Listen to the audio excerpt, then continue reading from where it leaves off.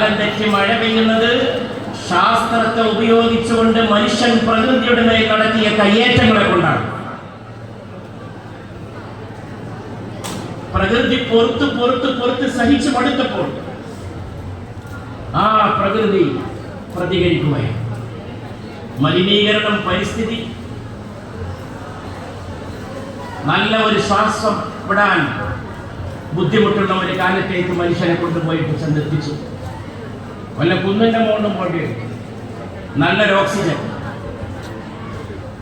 ലോകത്തിലെ ഏറ്റവും മലിനീകരിക്കപ്പെട്ട നഗരങ്ങളിൽ ഒന്നാണ് ഇന്ത്യയുടെ തലസ്ഥാനമായ ഡൽഹി. നേരം വെളുക്കുമ്പോൾ അങ്ങനെ പുക മേഘം പോലെ ഉണ്ടാവും, മഞ്ഞാണെന്ന് തോന്നിപ്പോകും. അത് പേടിച്ചിട്ട് പ്രഭാത സവാരി നടത്താത്ത ആളുകളുണ്ട്. നടക്കാൻ പോല രാവിലെ ഇങ്ങനെ അതിഭയങ്കരമായ മലിനീകരണമാണ്, പൊല്യൂഷനാണ്. ചിലർക്ക് പെട്ടെന്ന് ശ്വാസം മുട്ടലുണ്ടാകും. ഫാക്ടറികൾ, പുകകൾ, ഓയിലുകൾ, കാശുണ്ടാക്കാൻ വേണ്ടി ഉപയോഗിക്കുന്ന മെത്തേഡുകൾ, ഇതൊക്കെ സയൻസിലൂടെ പഠിച്ചതാണ്. സയൻസിന്റെ കുറ്റമല്ല, കൈകാര്യം ചെയ്ത മനുഷ്യന്റെ കുറ്റമാണ്. പക്ഷേ സയൻസ് അവസാന വാക്കാണെന്ന് പറയുന്നവർക്ക് ലോകം മറുപടി കൊടുത്തുകൊണ്ടിരിക്കുകയാണ്. വെറും ശാസ്ത്രത്തെ കൊണ്ട് മാത്രം കൊണ്ടുപോകാവുന്നതല്ല മാനവ ജീവിതത്തിന്റെ നന്മകൾ. നന്മകൾ അവിടെ നിൽക്കട്ടെ, നിലനിൽപ്പ് എന്ന് പറയണം. സർവൈവൽ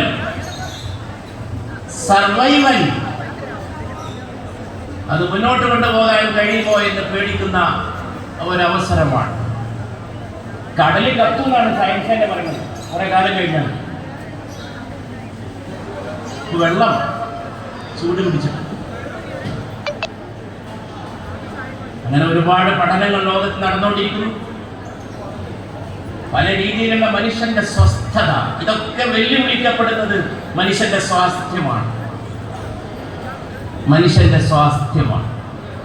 പഠിച്ച മക്കളുടെ പ്രയോഗങ്ങൾ ഓരോന്നും അത് സഹിക്കേണ്ടി വരുന്ന അമ്മയാണ്. ആ മക്കൾക്ക് അത്യാവശ്യം ഉണ്ടാക്കി കൊടുക്കേണ്ടത് ശാസ്ത്രബോധമല്ല, മൂല്യബോധമാണ്. നിങ്ങൾക്ക് എന്തെങ്കിലും തോന്നിയോ?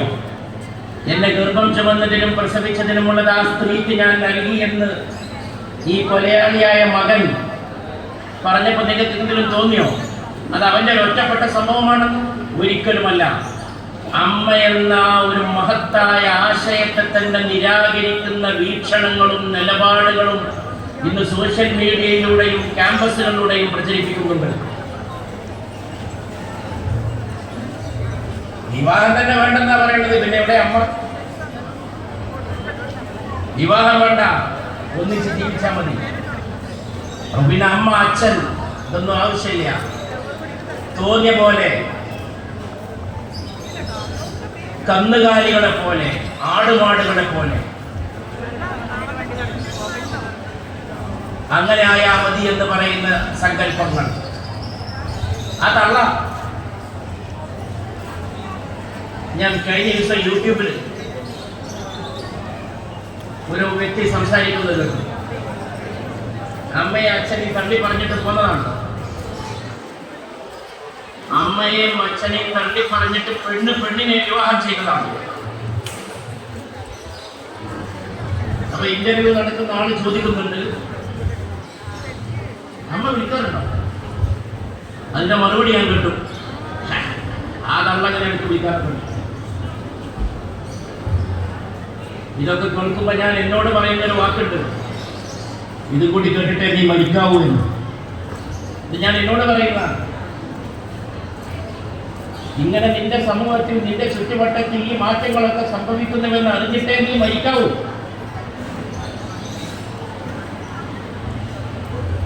അതാണ് ഈ കാലം. ചിലർ പച്ചക്ക് പറയുന്നുണ്ട്, അമ്മയോ? എന്താ അമ്മ? അതാ സ്ത്രീ, ആ സ്ത്രീയുടെ ലൈംഗിക ദാഹത്തിന് വേണ്ടി ഒരു പുരുഷനുമായി ഇണചേർന്നു, അതിൽ ഞാൻ ജനിച്ചു. അതിനിപ്പോ ആ സ്ത്രീ എങ്ങനെ അമ്മ എന്നൊക്കെ പറഞ്ഞിട്ട് ഇങ്ങനെ ബഹുമാനിക്കണം?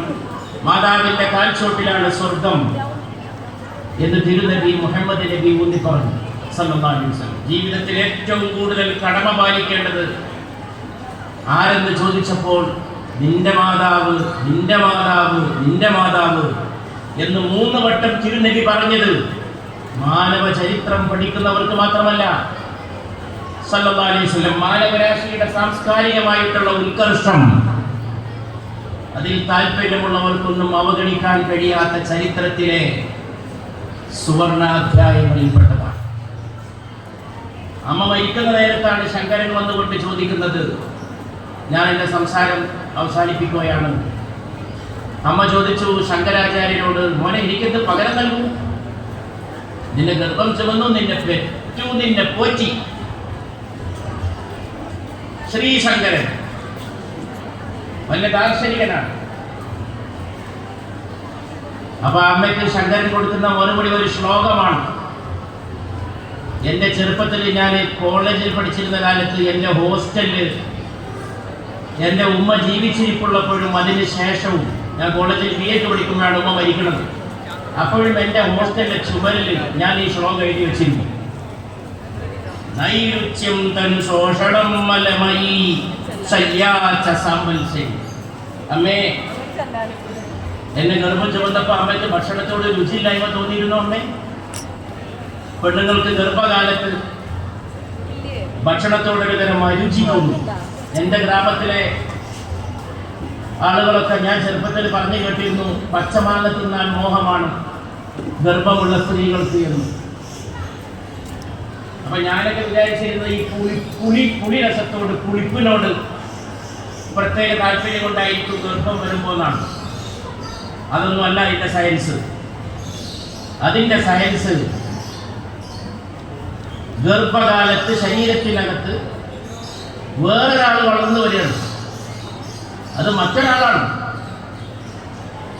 അതിൻ്റെ മറുപടി ഖുർആനിലുണ്ട്. പുറത്താക്കാൻ ശ്രമിച്ചാലും പുറത്തു പോകാതെ അള്ളിപ്പിടിച്ചു നിൽക്കുന്ന മാംസപിണ്ഡത്തിൽ നിന്ന് മനുഷ്യ നിന്നെ സൃഷ്ടിച്ചു. ദൈവം പറയുകയാണ്, പുറത്താക്കാൻ ശ്രമിച്ചാലും പുറത്തു പോകാതെ. മോറിസ് ബുക്കായിയാണ്, അദ്ദേഹം പുസ്തകം എഴുതിയിട്ടുണ്ട് ഭ്രൂണശാസ്ത്രത്തെ പറ്റി. വലിയ സയന്റിസ്റ്റ് ആയിരുന്നു അദ്ദേഹം. അദ്ദേഹം പറയുന്നുണ്ട് എന്തുകൊണ്ടാണ് ഈ പുറത്താക്കാൻ ശ്രമിച്ചാലും പുറത്തു പോകാതെ. ശരീരത്തിനകത്ത് ഇവിടെ ഹനീഷ ഡോക്ടറാണ്. ശരീരത്തിനകത്ത് പുറത്തുനിന്ന് എന്ത് വന്നാലും പുറത്താക്കാനാണ് മനുഷ്യന്റെ ബോഡി നോക്കുക. ഭക്ഷണം വിസർജിക്കണം, വെച്ചോണ്ടിരിക്കാൻ കഴിയില്ല. വെള്ളം കുടിച്ചാൽ മൂത്രമൊഴിക്കണം, വെച്ചോണ്ടിരിക്കാൻ കഴിയില്ല. ശ്വാസം അകത്തേക്ക് വലിച്ചാൽ പുറത്തേക്ക് വിടണം, വെച്ചോണ്ടിരിക്കാൻ കഴിയില്ല. എന്തുകൊണ്ട് ഈ മനുഷ്യന്റെ അകത്ത് ചലിക്കുന്ന ഈ കുഞ്ഞിനെ പുറത്താക്കുന്നില്ല? പുറത്താക്കാൻ നോക്കുന്നുണ്ടെന്നാണ്, തള്ളാൻ നോക്കും ഗർഭാശയം. അപ്പൊ പുറത്തു പോകാതെ അത് ഗർഭാശയ ഭിത്തിയോട് അള്ളിപ്പിടിച്ചു നിൽക്കും. ഖലഖൽ ഇൻസാന മിൻ അലഖ്. പുറത്തേക്ക് തള്ളുമ്പോഴും പുറത്തു പോകാതെ അള്ളിപ്പിടിക്കുന്ന മാംസപിണ്ഡത്തിൽ നിന്ന് മനുഷ്യനെ സൃഷ്ടിച്ചവനാകുന്നു ദൈവം. അപ്പൊ ഞാൻ പിന്നെ മനസ്സിലാക്കിയത് പച്ചമാങ്ങയുടെ പ്രശ്നമല്ല ഇത് അരുചിയാണ്. ഭക്ഷണത്തോട് താല്പര്യമില്ല, അരുചിയാണ് ഗർഭം വരുമ്പോൾ. അതാണ് ശങ്കരൻ ചോദിക്കുന്നത്. നൈരുച്യം. അമ്മേ, എന്നെ ഗർഭം ചുമന്നപ്പോൾ അമ്മയ്ക്ക് ഭക്ഷണത്തോട് രുചിയില്ലായ്മ തോന്നിയിരുന്നു അമ്മേ. തനുശോഷണം. എന്നിട്ട് അമ്മ മെരുങ്ങിയിരുന്നു അമ്മേ. എന്നെ ഗർഭം ചുമന്നപ്പോൾ അമ്മ മെരുങ്ങിയിരുന്നു അമ്മേ. അങ്ങനൊന്നും അതിനോട് ഞാൻ ശങ്കരൻ്റെ ഈ വാക്കിനെ ഞാൻ വ്യാഖ്യാനിക്കും. ഞാൻ പറയും, അമ്മ കമഴ്ന്നെടുക്കില്ല, എൻ്റെ കുഞ്ഞിനെന്തെങ്കിലും പറ്റും. അമ്മ മലർന്നെടുക്കില്ല, എൻ്റെ കുഞ്ഞിനെന്തെങ്കിലും പറ്റും. അമ്മ ചെരിഞ്ഞെടുക്കില്ല, എൻ്റെ കുഞ്ഞിനെന്തെങ്കിലും പറ്റും. അമ്മ പിന്നെ എന്ത് ചെയ്യും?